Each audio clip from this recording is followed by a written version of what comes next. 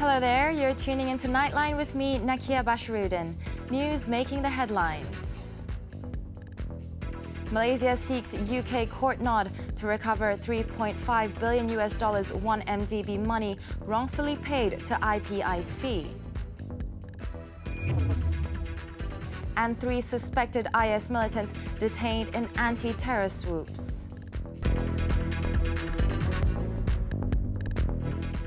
Welcome. Malaysia is proposing a new currency based on gold, as it is more stable as opposed to the current currency trading, which is manipulative. Prime Minister Tun Dr. Mahathir Mohamad said by using the precious metal, it could be used to evaluate the exports and imports activities among the East Asian countries, and proposed a regional currency based on gold, citing its stability to replace the existing currency trading regime. Speaking during a dialogue session at the 25th International Conference on the Future of Asia, or Nikkei conference in Tokyo, Japan on Thursday, Tun Dr. Mahathir said the manipulative nature of the existing currency trading regime had sent Malaysia into a deep recession in 1997, despite having strong economic fundamentals. And if you use that currency to evaluate the export or the imports of the countries, then we can make settlements using that currency. But that currency must relate to the local currency as to the exchange rate. That is something that can be related to the performance of that country. That way, we know how much we owe, we know how much we have to pay in the special currency of East Asia. Maybe it can be extended also to the rest of the country. But what we are seeing today is that we are tied to the US currency. It was a very stable country, but because of the problem in Thailand, they said that we must affect Malaysia also. And what happened? The currency traders sold Malaysian currency down, and the value of the Malaysian currency depreciated. The Prime Minister said the new currency could also be extended to the rest of the country outside the East Asian region. He also stressed that if countries are to be downgraded or upgraded, it should be done by some international uncommitted forum and not by any country. On this note, he slammed the US for labeling countries.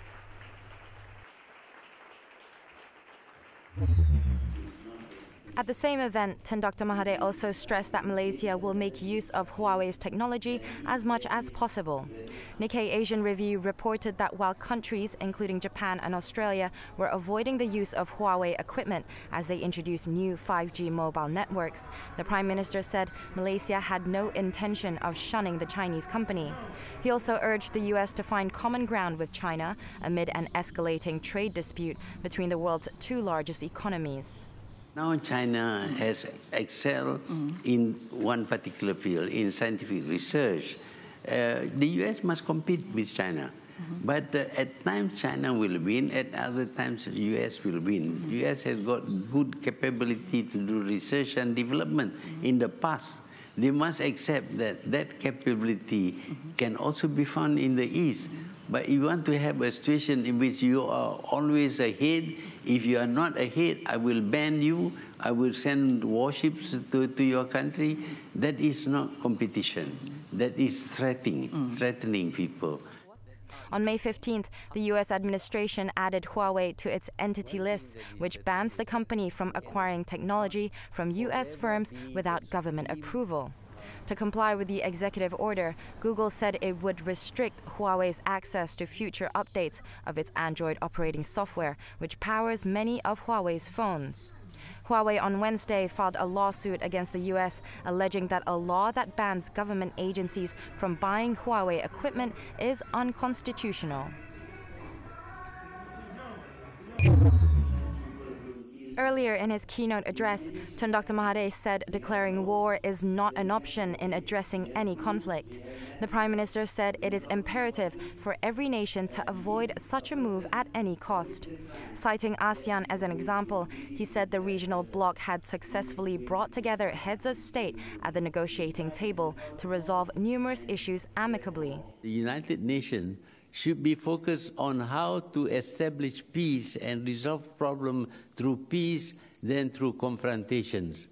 Today, the United Nations is disregarded by the big powers. They do what they want to do, irrespective of the laws, international laws, applying to everyone in this world. But we see that there is always confrontation and a need to threaten. And when you threaten countries, their reaction would be to improve their defense or attack capabilities, and this gives way to tension, and some slight incident may lead to war. Elaborating further, he said the public's mindset must also change in tandem with the development of a country's civilization. This will enable individuals to accept any decision deemed important despite finding it unfavorable. In all situations of conflict, any solution must involve in sacrifices by all the parties concerned. If we are going to have a win-win situation, then everyone must give up something. But when one party says, unless you follow me, I am not going to agree, then of course there will be no solution. But each and every one of us have to make sacrifices. If we cannot decide on the sacrifices by ourselves, then we should go to a court of law and let the court decide. And we respect the decision made by the court. Tun Dr. Mahathir was addressing some 500 participants of the Nikkei conference themed Seeking a New Global Order, Overcoming the Chaos. And speaking to the media after the event, Tun Dr. Mahathir said Malaysia will allow Australian rare earths producer Lynas Corp to keep operating its rare earth processing plant in Gebeng, Pahang. We need to do something with the raw material, maybe spread it somewhere so as to not to have concentrated radioactive material in one place. But we will allow Lynas to carry on, because otherwise, of course, we are going to lose a very big investment from Australia. His comments removed the uncertainty that had been hanging over the future of Lynas's 3.35 billion ringgit plant after Malaysia halted the process for renewing its license because of waste disposal concerns. Lynas is the only significant producer outside China of rare earths, the name for a group of 17 metals used in batteries, computers, televisions, and smartphones. Their importance to global supply chains was underlined this week after China, the world's biggest producer, threatened to use the metals as a bargaining chip in its trade war with the United States.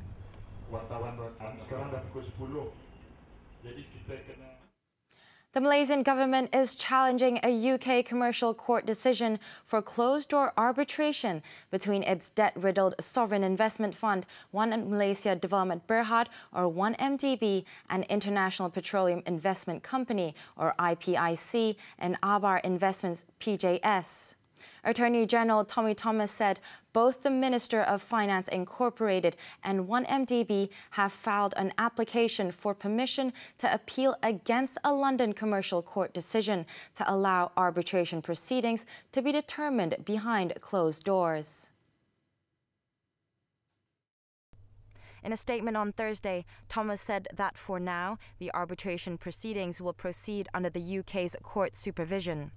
He added that if the government succeeds in the UK court, Malaysia will be able to proceed to seek recovery of $3.5 billion that was paid by 1MDB subsidiaries to IPIC subsidiary, or in the alternative, reduce Malaysia's liability to pay interest and principal under the 2012 bonds that were jointly guaranteed by IPIC up to $3.5 billion.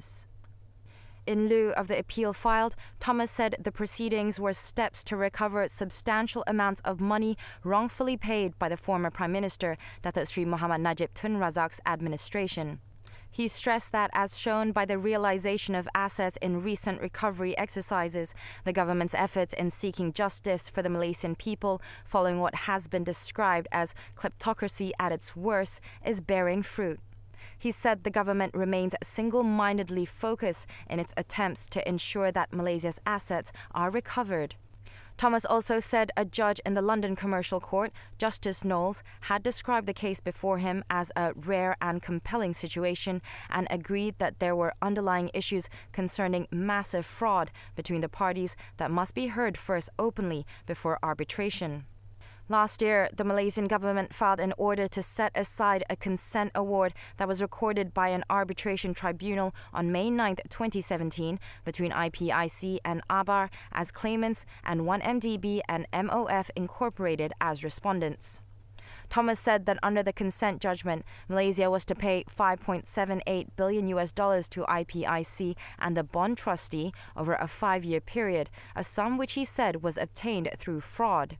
In response, IPIC and ABAR applied to strike out or stay the application by 1MDB and MOF Incorporated and initiated another arbitration proceeding against Malaysia to challenge the consent award entered during Datuk Sri Najib's administration. But Thomas said it was subsequently rejected by the same London Commercial Court. Malaysia has paid $1.6 billion as at May this year, leaving a balance of $4.16 billion that represented the remaining interest and principal payable to the bond trustee for the 2012 1MDB bonds.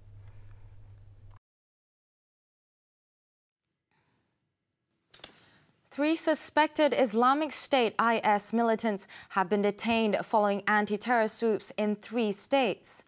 Inspector General of Police Datuk Sri Abdul Hamid Bador said the 3 men, a local, an Indonesian and a Bangladeshi, were nabbed by the Counter-Terrorism Division E8 between May 17th and 30th in Selangor, Kedah and Sabah.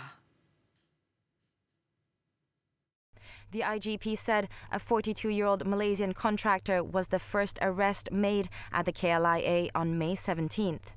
He was planning to head to Egypt to join the Sinai's IS cell before securing safe passage to head to Syria. Datuk Sri Abdul Hamid said that the suspect is a staunch believer in the Salafi jihadi teachings, so much so that he has rejected the parliamentary democracy system. The next arrest was a 20-year-old Indonesian man who is believed to have been a facilitator for Indonesian IS militants who transited in Sabah before heading to southern Philippines to launch suicide bombings. Datuk Sri Abdul Hamid said the suspect was arrested in Keningau, Sabah on May 26. The last arrest was a 28-year-old Bangladeshi in Kuala Kedah on May 30th. He was working as an assistant mechanic on a ship and also possessed the necessary chemicals and expertise to produce improvised explosive devices, IEDs. Datuk Sri Abdul Hamid added that the E8 is also looking for another Indonesian suspect identified as Marwan, who escaped during the raid in Keningau on May 26. Kita sentiasa dalam keadaan yang bersiap sedia lah. Dan kita sebenarnya sehingga setakat pada hari ini kita sebenarnya amat bersyukur sebab belum ada sesuatu pun kejadian yang dapat dicetuskan, dilakukan oleh puak-puak penganas ni di negara kita. Kita amat bersyukur. Jadi saya berharap anak buah saya walaupun di musim cuti perayaan ini tidak akan cuti lah. Mereka akan terus bekerja demi mengelakkan perkara yang tidak ini berlaku supaya negara kita ni terus aman lah. Several proposals in the Defence White Paper have been consented to by Prime Minister Tun Dr. Mahathir Mohamad and are expected to be tabled in Parliament in October. Malaysian Armed Forces MAF Chief General Tan Sri Zulkifli Zainal Abidin said the MAF has discussed and carried out engagements with non-governmental organizations, NGOs, defense industry players, academicians, and several other ministries involved in the defense landscape in the country. Tan Sri Zulkifli said the white paper would be the first time implemented in the country, which involves MAF and the people, boosting national security. Untuk maklumat, kita mulakan pada Januari dan progres Defence White Paper berjalan dengan baik.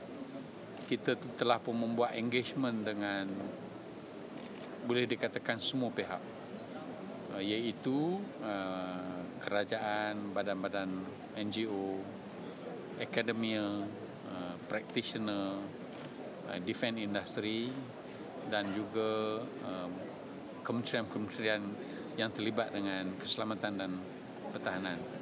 Dan yang terakhir pada 21 hari bulan yang lepas, tim daripada Kementerian Pertahanan diketuai oleh Menteri Pertahanan telah pun membuat taklimat kepada Perdana Menteri dan pada amnya Perdana Menteri bersetuju dengan beberapa pandangan.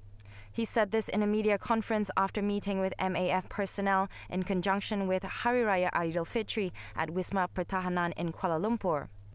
In his speech at the Langkawi International Maritime and Aerospace Exhibition, Lima 2019, in March, Tun Dr. Mahathir said the Defence White Paper was a significant contribution to the Malaysian defence landscape. It provides a clear description of the role of every agency, organisation and people in the effort to maintain national security, besides all relevant agencies, including MAF and police, which will have proper and clear guidelines on their respective roles and responsibilities. Media Prima Berhad's home shopping segment, CJ Wow Shop, recorded higher sales of 54.5 million ringgit in the first quarter ended March 31st, 2019, up 24% from a year earlier. This was achieved despite the local media industry's challenging environment, which impacted the group's overall financial performance. The media conglomerate's revenue dropped 15% to 239.1 million ringgit from 280.7 million ringgit in 2018, while its net loss expanded to 40.4 million ringgit compared with 21.8 million ringgit. Media Prima said the dismal performance was mainly due to lower advertisement expenditure, ADEX, as well as continuing in newspaper sales. However, the group said it is confident of maintaining strong market presence and capturing the ADEX market to a level sustainable for the company moving forward.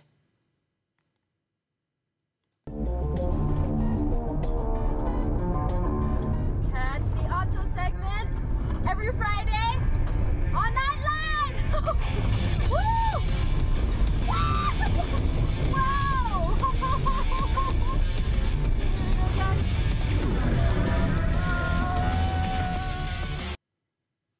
Nightline continues. Police on Thursday have arrested the road bully who was caught on video smashing a car's windscreen in a recent road rage incident near Taman Bukit Serdang, Sri Kembangan in Selangor that went viral on social media. Serdang District Police Chief Assistant Commissioner Ismadi Borhan said in a statement the suspect in his 30s was picked up by police at his workplace in Balakong and will be remanded soon. The case is being investigated under Section 427 of the Penal Code for mischief and Section 506 of the Penal Code for criminal intimidation. Initial investigations revealed that the suspect was unhappy after being honked at by a Perodua Axia driver near Jalan Kasturi, Section 12. The driver then overtook both motorcyclists before one of them caught up with her and stopped abruptly in front of her vehicle. He then swung his motorcycle helmet at the vehicle's windscreen, shattering it in the process, while another motorcyclist looked on. The driver, who works as a bakery assistant, then lodged a police report over the incident.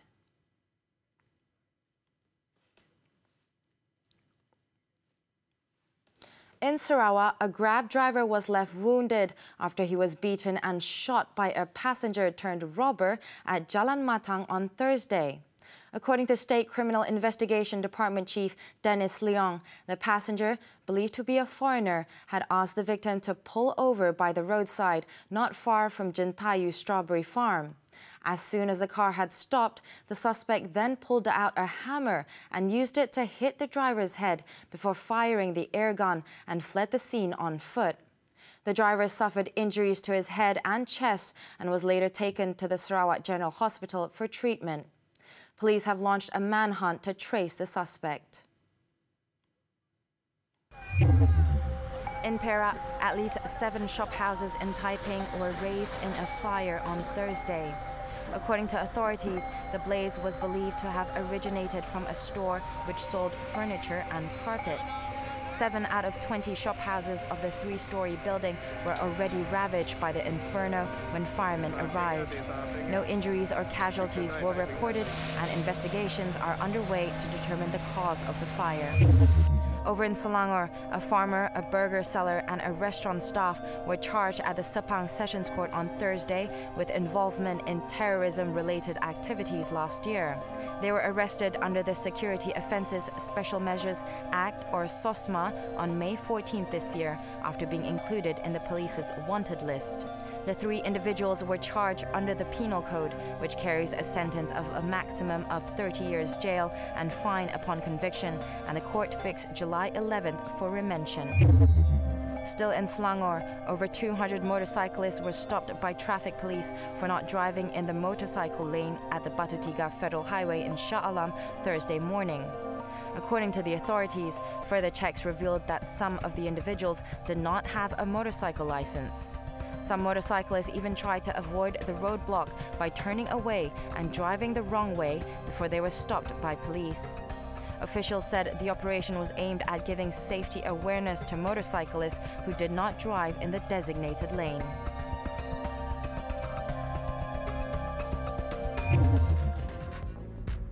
After the breather, scores missing after boat capsize in Hungary.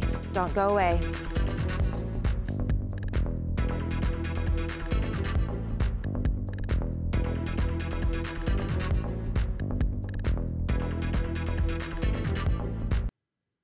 We're back with the foreign news.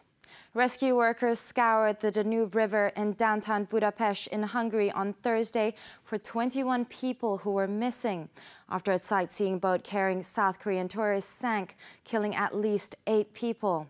So far, 7 people have been rescued and were receiving treatment at the city hospital. According to authorities, the boat reportedly collided with another tourist vessel near the Hungarian parliament at 10 p.m. local time, before turning over on the river, which had been flooding with very strong currents. 30 South Korean tourists and 3 tour guides, as well as 2 Hungarian crews, were on the boat during the time of the incident.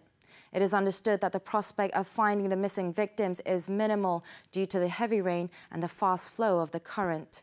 Meanwhile, South Korean President Moon Jae-in has instructed officials to employ all available resources to support the search operation, which has been extended far downstream, even into Serbia, where the Danube River goes after leaving Hungary. In Mexico, a tour bus and a cargo truck collided and burst into flames on a mountain road in eastern Veracruz state, killing at least 23 people and injuring 30 others on Thursday. Authorities said the death toll could go higher because of the serious condition of some of the people who were injured. According to local authorities, the accident occurred shortly after 10 a.m. local time on a principal highway between the cities of Puebla and Orizaba. Most of the victims were pilgrims from the southern state of Chiapas who were on their way back from a trip to a Roman Catholic shrine in Mexico City. It is believed that one of the vehicles lost its brakes while going downhill and crashed into the other, causing both to catch fire and leaving the bus a charred frame lying on its side. However, the actual cause of the accident is still being investigated.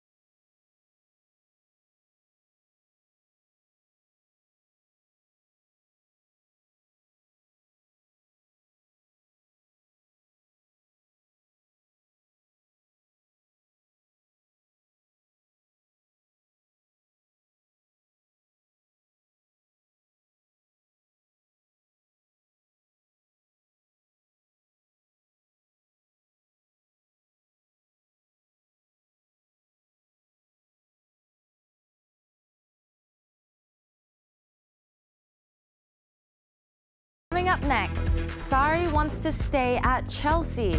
Details next. We're back with sports football, the UEFA Europa League.